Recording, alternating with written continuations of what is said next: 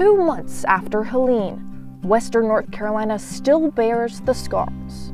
Our mission, to bring you the faces and names of those who experienced this destruction. Loss.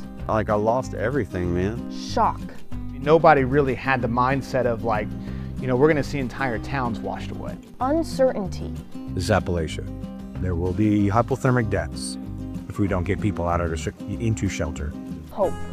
What we have here is worth fighting for. Carolina Week will introduce you to the stories from the people on the ground, both then and now. We're going to get forgotten. The word needs to go out. People need to be aware of what's going on. From the Hussman School of Journalism and Media, this is Life After Helene, Climbing the Mountain. Welcome to Life After Helene, Climbing the Mountain. I'm Samantha Hoffman, and today I take you to Western North Carolina, covering the communities still devastated by the wrath of Helene. For the next half hour, we'll have team coverage around the state of North Carolina, introducing you to the most impacted in the moment and still today. Today we begin in Morganton, where our Anna Catermeyer introduces us to a UNC student who lived that very reality. Right now I'm in Morganton, North Carolina, which is otherwise known as Nature's Playground. Hurricane Helene had its own plans, as we can tell from the impact that it left on this Carolina family's home and the rest of her neighborhood. Vivian Radford recalls the harrowing moment she realized Hurricane Helene's deadly waters would forever change her family's life.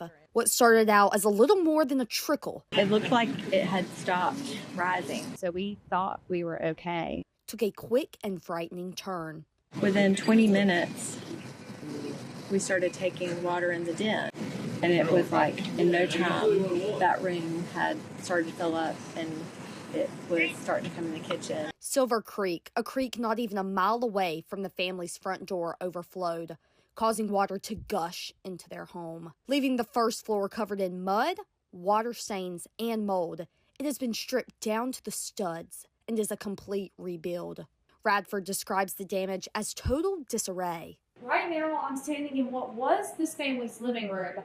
They told me that the water came up 5 feet right here on this wall. And to put that into context, that's as tall as I am. Because there was 5 feet of water, it flipped the faces. Water is a powerful force. And so when we were able to get back in our home, there was nothing in the place where it had been left. And this mother faced another challenge, telling her daughter the only home she's ever known is now destroyed. She saw the clotheslines and she could tell it was Grayson's baby pictures up on them, and that was hard. That was a hard night. My mom sent me videos, and that's when I realized how bad it really was. The images left Leah Haithcock in shock as she replayed them on her phone.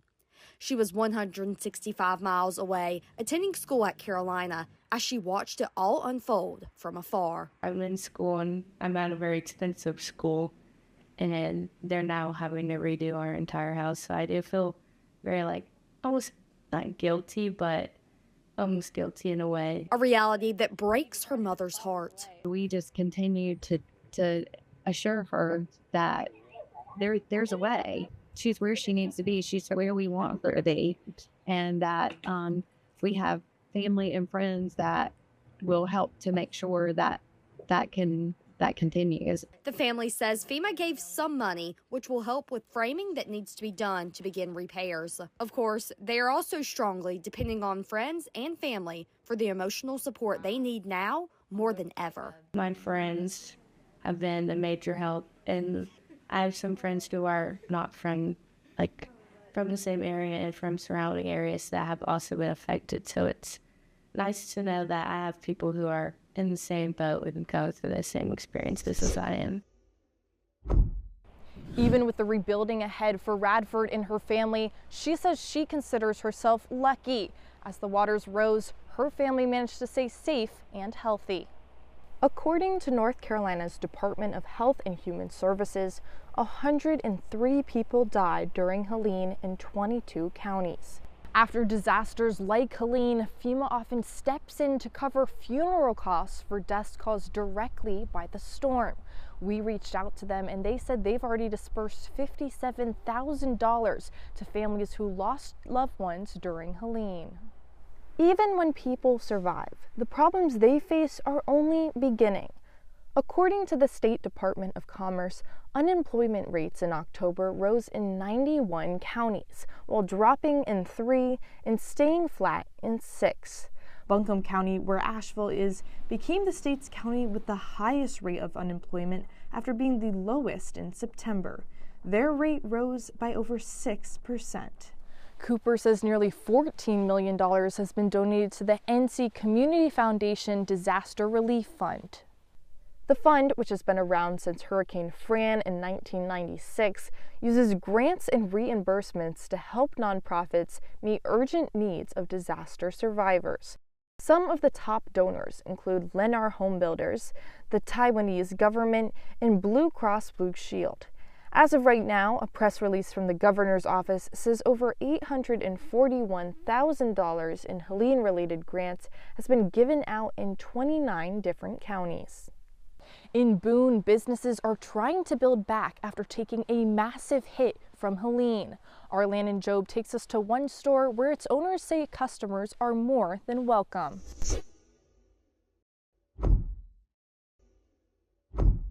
Now, just because things aren't back to business as usual doesn't mean communities aren't coming together to make sure their neighbors are at least meeting their basic needs. You need 3 today? Yeah, during my first degree. Katie Gowan worked at a restaurant in Asheville, but Helene forced it to close. Since the storm, Gowan has used her skills as a chef to serve free meals from Tuesday to Sunday, sometimes making up to 200 meals a day. As someone who survived Hurricane Katrina, she says it is important that people have access to vegan, gluten-free, and dairy-free options that are often unavailable in a disaster's aftermath. I'm so glad that the puppy is doing better.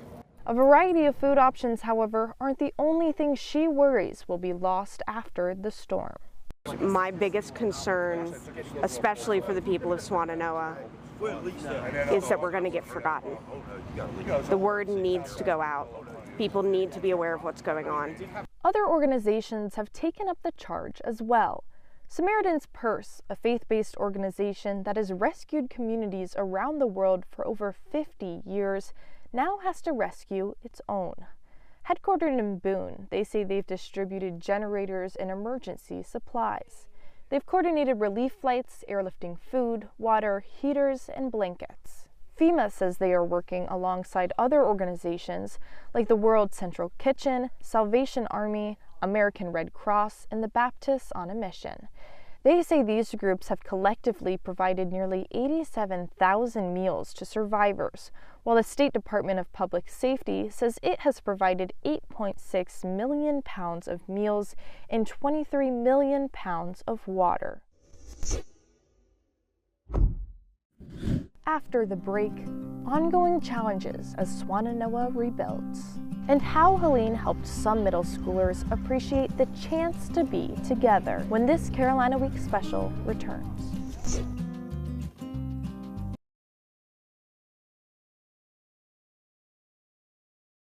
This is Carolina Week.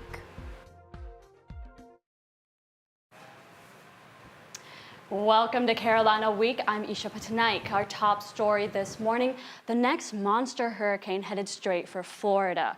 Milton is a Category 4 headed straight to Tampa Bay. It's expected to make landfall tomorrow, only weeks after Helene brought devastation from there all the way to our state. Milton is a developing story. We will have more on the weather in just a minute, so stick with us. Another top story is campus security, which is fresh on the minds of many students, as some buildings have seen heightened law enforcement presence and security measures this week. Our own Samantha Hoffman is live from the Quad, where a police presence is setting up in response to potential protests. What are you seeing, Samantha? Anna Cater, I'm definitely seeing some action picking up more now. I've been here for 2 hours outside Wilson and seen 3 police officers come through. There's 3 key scenes I want to show you here.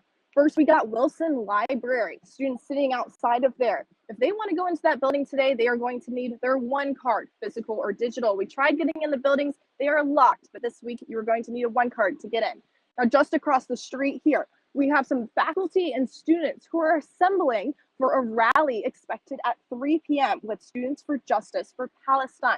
We spoke with an English professor as part of this protest, and she said she doesn't really know what to expect right now. As you can see, the crowd has started to grow and they are assembling some sort of structure here. So there's definitely a sign that there might be something happening today, people speaking out. Now, if that's not a sign, we also have a physical sign over here.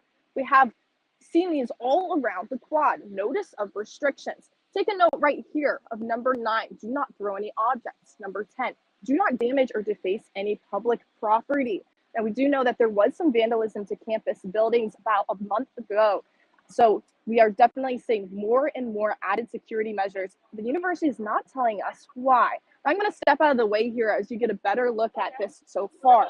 What we know so far, the university sent an email saying that buildings facing the quad and libraries are going to require a one card to enter. We also know that this week marks the 1-year anniversary of Hamas's attack on Israel, something that we know last spring was a lots of rallies on campus. Now, we spoke with students and they say they are frustrated with some of these added security measures this week. We were talking about this today in my anthropology class, and my teacher teaches over an alumni, and he had no idea because that building was not subject to the lockdowns. So there are people on other parts of the campus who have no idea that this is happening.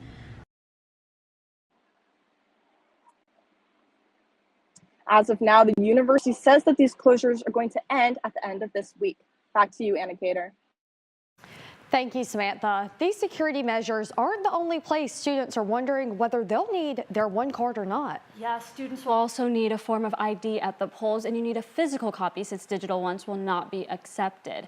The North Carolina Court of Appeals ruled that UNC digital IDs cannot be used as voter ID last month. This overturns the original rule that allowed students to use their digital IDs to vote. UNC first years were only provided digital IDs this year, but the UNC One Card office is now providing physical IDs on the 3rd floor of the student stores. That's important to consider since we're just 27 days away from the presidential election. With all the attention on colleges' campuses, it's clear that young voters could be a deciding factor in the election. Our reporter Landon Jobe tells us what motivating the decisions of these young voters. Early voting starts October 17th. The 2024 Harvard poll shows Harris leading Trump 64 to 32% among likely youth voters. Well, just a reminder, the deadline to register to vote is Friday at 5 p.m. If you have not already, make sure you've registered to vote. Here are some of the key dates for voting this election. Most importantly, make sure you are registered to vote by Friday, October 11th. That is the deadline. You can register by mail postmarked by October 11th or online or in person through the DMV. To register in North Carolina, you need to be a U.S. citizen over 18 years old, have some form of government ID, a legal name, date of birth, address, and a signature. Again, UNC students can use their physical one card as identification to vote, but not their virtual one card. If you plan on absentee voting, make sure you request your ballot by October 29th at 5 p.m. to be ready for the election on November 5th. Again, you need a photo ID to vote in North Carolina. Voting will look a little different for those in Western North Carolina, but elected officials are working to ensure voters can still cast their ballot. The North Carolina Board of Elections has taken emergency measures to adopt 13 resolutions for counties in Western North Carolina affected by Hurricane Helene.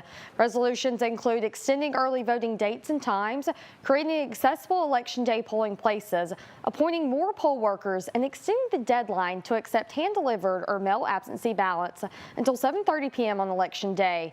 The board feels confident these resolutions will help the election proceed with the most normalcy.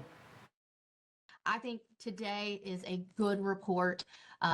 You know, our struggles are not over, and that is why we need the board to take action to give the flexibility necessary to carry out these elections and to be of the best service to the voters that we can be. The board set up a webpage with information and resources for voters affected by the disaster at ncbcs.com/Helene.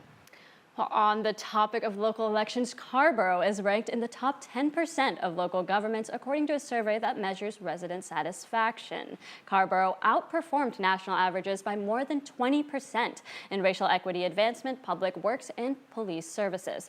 Catherine Lazorko attributes satisfaction to high engagement rates from the people who call Carrboro home. Carrboro residents really engage across social media. They engage by coming to town events. They engage when the town asks them for their opinion and to express their voice. After gathering data nationwide on local government satisfaction, the ETC Institute, a market research company, gave Carrboro the National Leading the Way Award, recognizing accomplishments in quality of services. Well, that's the importance of these local elections that we've been talking about all morning. For sure. But looking outside right now, the sun is certainly something to be happy about in Chapel Hill, isn't it, Megan? We're seeing great weather here in North Carolina with a high pressure system sitting over us, but Hurricane Milton is headed right towards Florida. And I'll have more on that in just a little bit. Plus, recovery efforts are still underway in Western North Carolina. And how one man used buttons to make politics a little more fun. This and more after the break.